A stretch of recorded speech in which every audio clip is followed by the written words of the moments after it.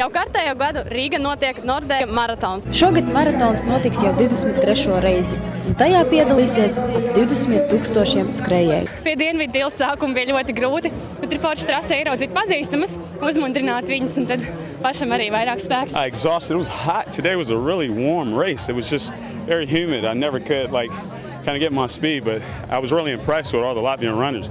Everybody did a fantastic job today. Izturēja ļoti labi, bija ļoti labi dzirdināšanas punkti, varēja kaut ko paēst, tā kā viss kārtībā. Es šausmīgi daudz cilvēku satiku trasē un atbalstītājus no malas, tā kā ļoti palīdzēja. I started out the first 6 kilometers, felt awesome, but then after 6 kilometers, I passed no one, everyone passed me. Karsts bija, tā droši vien kā viss saka, karsts bija. Bet izturēja? Jā. Es negāju uz lieliem rekordiem, gribēju savu rekordu uzstādīt, tā kā viss kārtībā. I feel good. My goal was under 2 hours, and then I did it in 1:51. Grūti, ļoti grūti. Bet, tagad patīkam. Vēl nespēju saprast, tagad jāatpūšās, un tad jau priecāšos.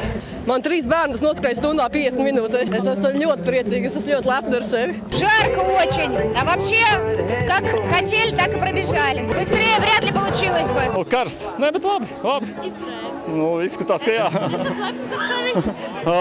Lepns par viņu, ka viņi izturēja to, ka es arī izturēju 20 kilometrus, tas tā kā man nebija jaunums. Jūtos ļoti labi, grūti gāja, bet tomēr noskrēju.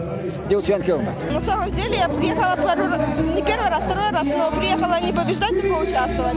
Так получилось неплохо, что еще даже попала в приз. Speciāli es negatavojos, tāpēc, ka Rīgas pusmaratons, tā kā labs treniņš jāpriekš mani, un tad gatavos kā labam treniņam. Bet jūtat vispār līdzītāju atbalstu? Jā, visu laiku jākūt, kā pāri tiltam skrēju, un tur, kur moli, tad visu laiku es dzirdu Jelena, bija ļoti patīkami. Maratons ir noslēdzies, visi uzvarētāji ir zināmi un medaļas ir saņemtas. Kopā ar jums bija redakcija Fresh.